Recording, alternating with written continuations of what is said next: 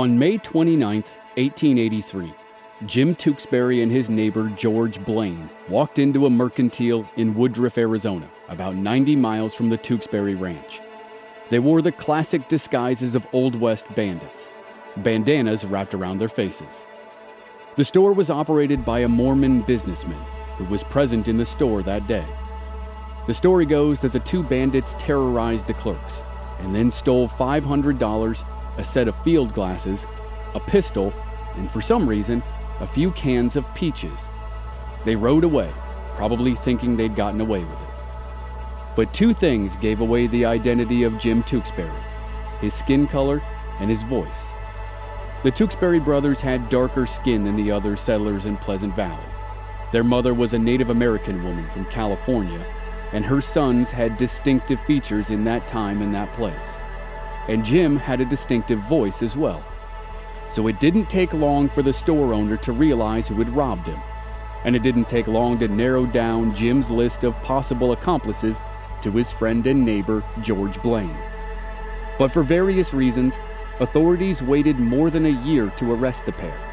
And by that time, the store owner, who was the key witness to the crime, had problems of his own. The year between the robbery and the trial of the bandits was pivotal in the feud. It wasn't the deadliest year, though it did have its share of bloodshed. But it was the year that the tables turned, and the Graham brothers showed their true colors.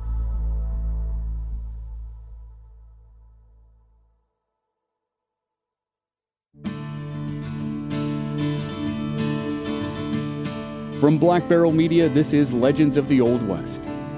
I'm your host, Chris Wimmer, and this is a 6-part series about the bloodiest feud in the West, the Pleasant Valley War. This is Episode 3, Bad Blood.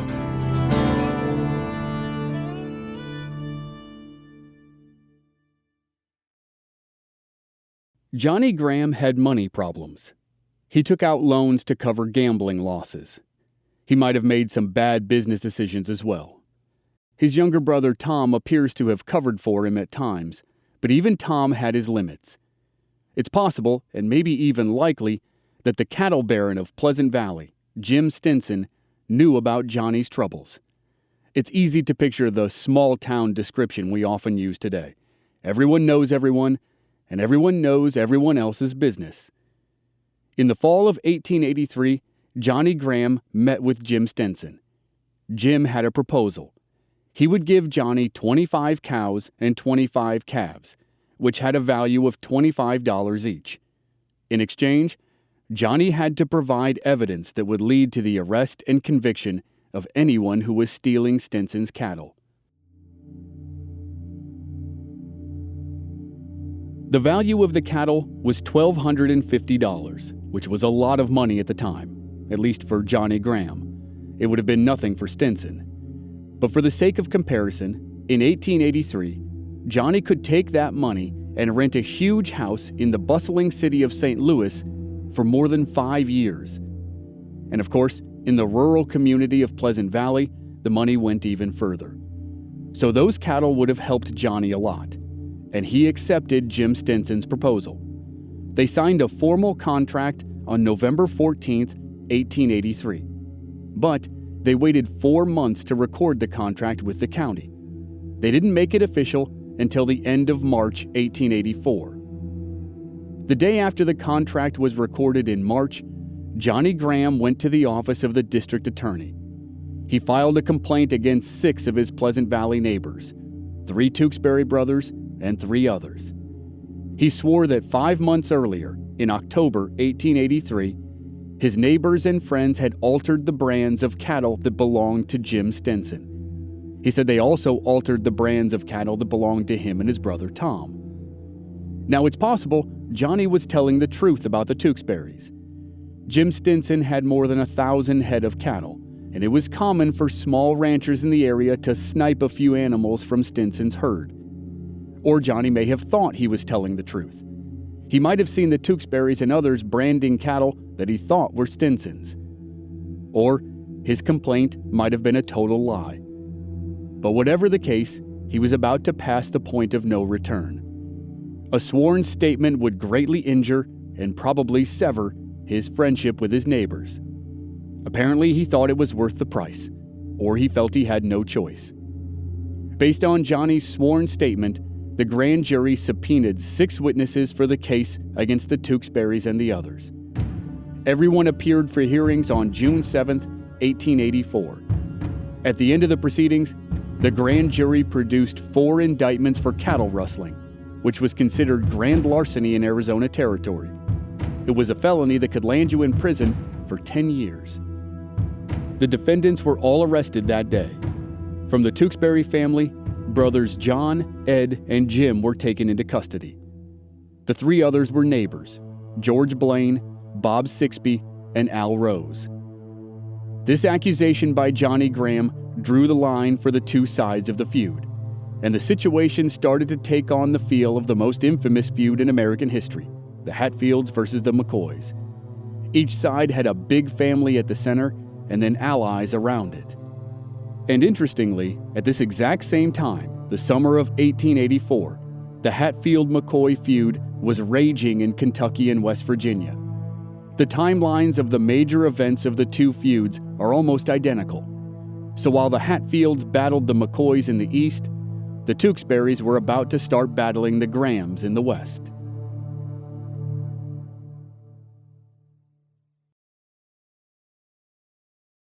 The Sixbys and Roses had ranches fairly close to the ranches of the Tewksbury family, and the neighbors posted bail for all the defendants. According to Pleasant Valley historian Eduardo Pagan, this second trial was pivotal for both the accused and the accusers. A lot was revealed in the testimony for and against both sides. Naturally, the prosecution put forth its theory about the defendants allegedly rustling Stinson's cattle. But the defense had its own stories to tell. Several Pleasant Valley families came forward and testified that neither Graham brother was anywhere near the area where the alleged rustling happened, so the Grahams couldn't have witnessed anyone altering brands. And worse for the prosecution, the defense introduced a copy of Johnny Graham's contract with Jim Stinson. The contract made it look like Johnny had a motivation to lie. The judge was exasperated. He turned to the jury and gave the most blunt and simple instruction. If you believe the Grahams, find the defendants guilty.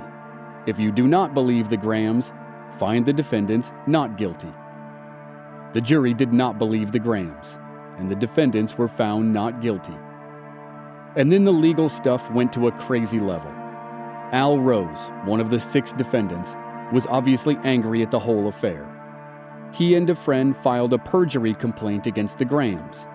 A grand jury returned indictments against Johnny and his brothers. A bench warrant was issued for the arrest of the Grahams. They weren't arrested at the time, but by now there were plenty of bad feelings to go around for everyone.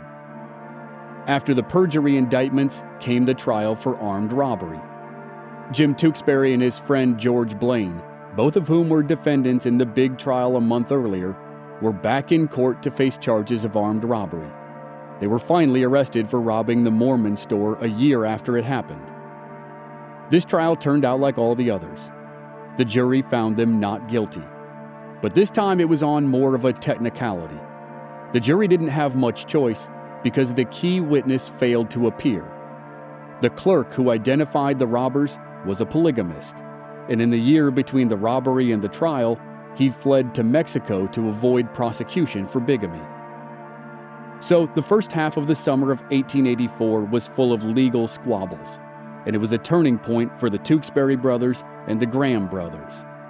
But except for John Tewksbury slapping Johnny Graham after the big trial in June, there was no recorded violence or verbal altercation between the 2 sets of brothers. But that was about to change. At the end of July, it was time to start organizing the fall roundup that would begin in September. The roundup could last for several weeks, and it required lots of coordination. Even though the first half of 1884 had been full of hot tempers and bad feelings and serious accusations, the Pleasant Valley community assumed those things could be put aside for the greater good. A roundup meeting was scheduled for July 23rd at Jim Stinson's ranch. and it turned out to be a very bad idea. Near the appointed day, John Tewksbury, George Blaine, Ed Rose, and a man named William Richards rode to the Stinson ranch. In the aftermath of what was to come, some newspapers said the four men went to the meeting with bad intentions. They were planning to start trouble. Other papers asserted the men were just going to help organize the roundup, as usual. Waiting at Stinson's ranch were 5 hired hands. One of them was Marion McCann, who had testified against the Tewksbury allies in the trial back in June. McCann also happened to be a deputy sheriff for the next county over, which bordered Stinson's ranch. McCann only had a few days left working for Stinson, so he tried to stay civil as the 4 riders approached. But it didn't last long. First, the insults started, then the gunshots.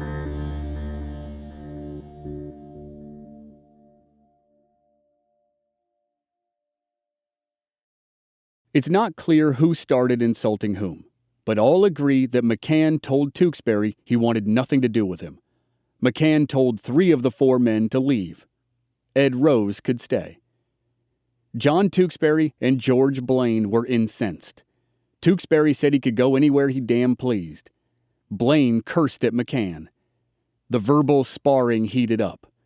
McCann had been hovering in the shade of the ranch house, but now he picked up his Winchester rifle and walked out into the hot July sun. He planted himself in front of Blaine's horse. William Richards, the 4th rider, saw where this was going. He turned his horse and galloped away.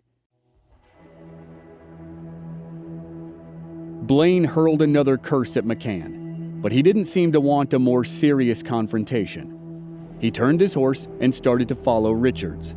But after a few strides, he changed his mind. He yanked the horse around, pulled his revolver, and fired at McCann. The bullet whizzed by McCann and missed. McCann raised his rifle and returned fire, and his shot was on the mark. Witnesses saw Blaine grab his throat as he tumbled off his horse. He rolled on the ground, clutching his neck and gurgling blood. John Tewksbury grabbed his gun and fired at McCann, but he missed. McCann fired back and scored another hit. John was wounded, but it wasn't severe.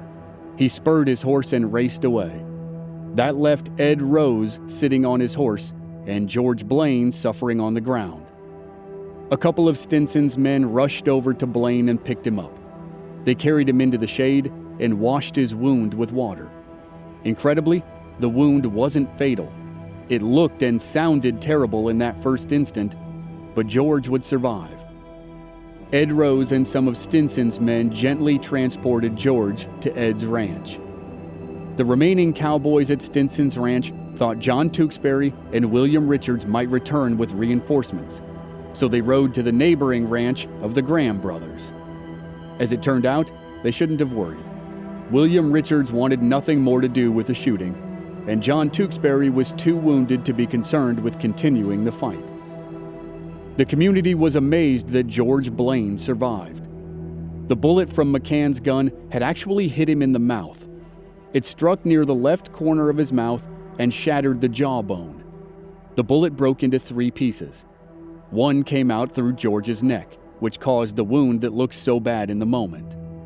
The other 2 bullet fragments lodged in George's jawbone. His face and neck were a bloody mess, which probably led everyone to believe he would die on the spot. Even though George survived, he had more pain coming. He endured a 3-hour surgery to remove an inch of bone and a molar that had been driven deep into his neck, all without anesthesia. A few months later, McCann stood trial for shooting George Blaine and John Tewksbury. But there's no clear record of the outcome, which probably means the trial fizzled out. Court was only in session a couple times a year, and it was an ordeal to get everyone to travel to the courthouse, so the process was easy to frustrate. If key witnesses didn't show up for whatever reason, or a couple other things went wrong, it was easy for prosecutors to simply put the case aside and move on to other things. And that's probably what happened in the case of Marion McCann. But 1884 continued to be the year of the courts, and with each new trial, or attempted trial, the relationships in Pleasant Valley worsened. The Graham brothers were at the center of the next one, and they made the stupid mistake of alienating and infuriating cattle baron Jim Stinson.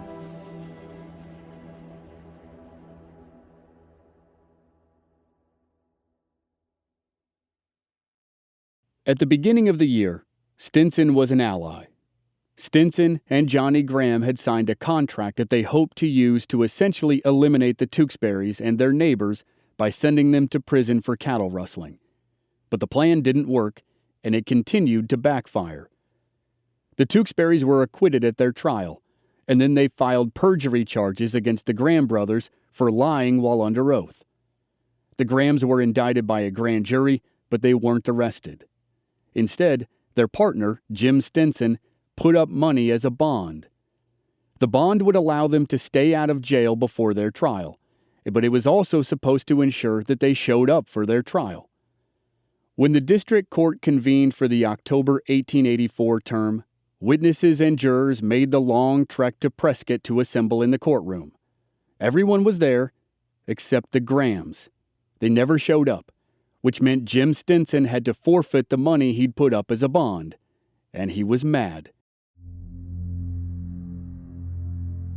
Stinson had given the Grahams $1,200 worth of cattle when they signed their contract to implicate the Tewksburys, and the plan failed.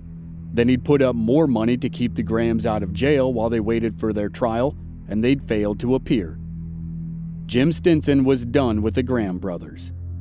And now he concocted a Machiavellian scheme that he hoped would hurt the Grahams and the Tewksburys. By the time the legal fiasco in Prescott was done, winter was on the doorstep of Pleasant Valley. Stinson sent a letter to a prominent rancher in the next county over, about 80 miles east of Pleasant Valley. The letter claimed that 2 of the rancher's prized cows that had been missing for a year and a half could be found in Pleasant Valley. The letter said the cows had been rebranded and were in the herd of Johnny and Tom Graham. Furthermore, the letter said there was a witness to the theft, and that witness was Jim Tewksbury. The rancher was a member of a large stock association, so when the snow cleared in the spring of 1885, the association sent a range detective to Pleasant Valley. The detective's job was to see if he could get Jim Tewksbury to swear out a complaint against the Grahams. The detective incentivized Jim a little further by offering to pay him for his time in gathering evidence. Jim went to a justice of the peace with information about the alleged theft of the cows. The justice started to swear out a complaint against the Grahams, but then he thought better of it and refused to finish it. The detective was undeterred. Later that spring, he rode out again, and this time he persuaded Jim and several others to accompany him to the Graham Ranch. The informal posse included a deputy sheriff, Ed Rose, Bob Sixby, and Jim's brother Ed. At the Graham Ranch, Jim Tewksbury pointed out one of the supposedly stolen cows. The detective found the other and inspected the brands on both. To the posse, the brands looked like the work of a rawhide artist, a person who uses a straight iron to change a brand. The Grahams protested. They conceded that the animals had once belonged to the rancher in the next county, but they said the rancher sold the cows to a Mormon rancher. Then the Mormon rancher sold the cows to them. They were willing to sign affidavits that swore to the sequence of events. In May of 1885, the detective stood before a grand jury and charged the Grahams with cattle rustling. He named as witnesses 3 Tewksbury brothers and their father.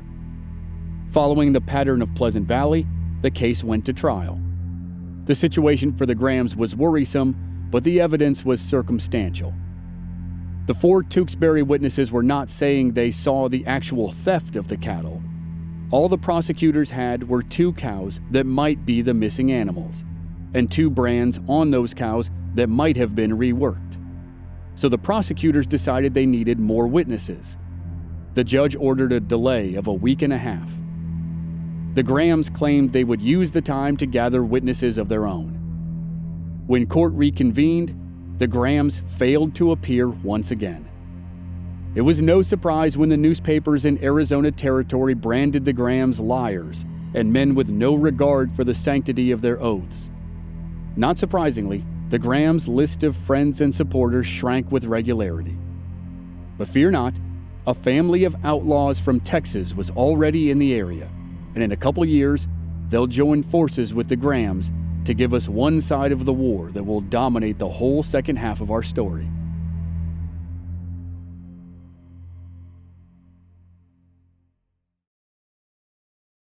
We'll get to the family of outlaws in a minute, but they weren't the only arrivals from Texas in the mid-1880s.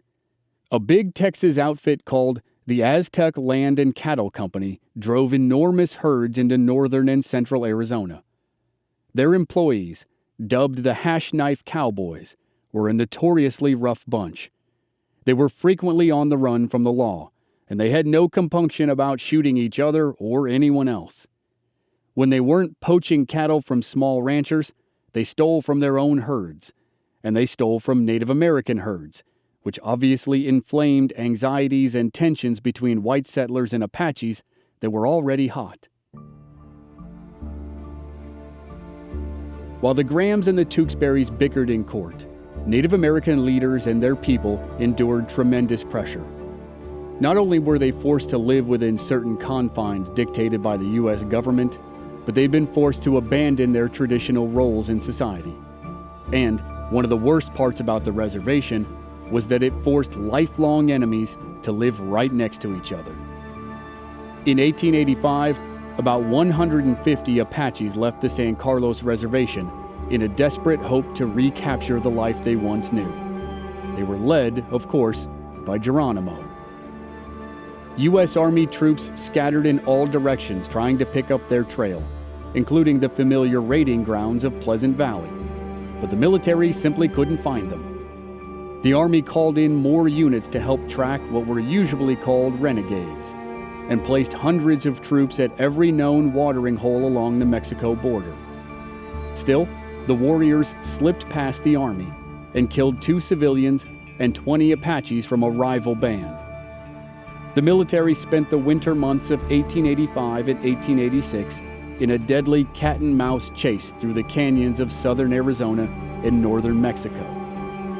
Finally, in September 1886, Geronimo surrendered. His campaign turned him into a legend. And in Pleasant Valley, as the immediate fear of Apache raids slowly subsided, the feud between the Tewksburys and the Grahams picked back up again. But now, the Grahams, who had alienated almost everyone, found some new allies. The Hash Knife Cowboys were always heavily armed, and over the next few years, many hired themselves out to the Grahams to do dirty work.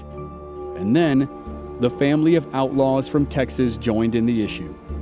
They were the Blevins family, and they started a ranch at the northern end of Pleasant Valley sometime in 1884. According to family legend, they were on the run, so the exact date of their arrival is impossible to nail down. The father was Martin Jackson Blevins. He was originally from Missouri, and again, according to the lore, he and his family were forced to flee Texas because of a gunfight after a horse race. Whatever the exact details were of the gunfight and the horse race, most historians agree the Blevins family was implicated in stealing horses in central Texas. So, they ran west and landed in Pleasant Valley, Arizona. The eldest son, Andy, found work as a cowboy on Jim Stinson's ranch. Andy sometimes used the name Andy Cooper, probably to escape legal trouble in Texas. He was wanted for stealing horses and killing a deputy sheriff. But since this story already has about 1,000 names, we'll call him Andy Blevins to avoid unnecessary confusion. In 1886, as Geronimo's campaign was winding down, the Blevins family, and Andy specifically, started to become notorious in Arizona. And in 1887, the Blevins brothers, and yes, it's another family with a bunch of brothers, that's just the way it was in the West. The Blevins brothers got into a shootout with the Tewksbury brothers, which made the Blevins brothers natural allies of the Graham brothers. That alignment set the stage for 5 bloody years in Pleasant Valley.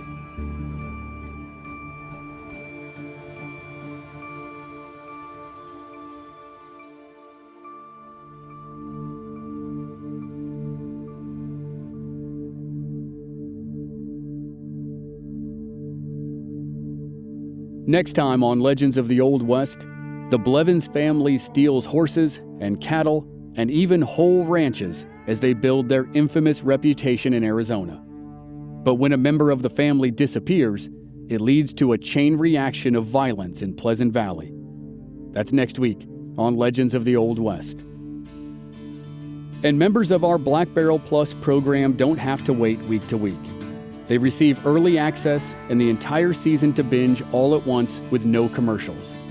Sign up now through the link in the show notes or on our website, blackbarrelmedia.com. Memberships begin at just $5 per month. This series was researched by Julia Brickland and written by Julia and myself. Special thanks to historian Eduardo Pagan for his help during this production.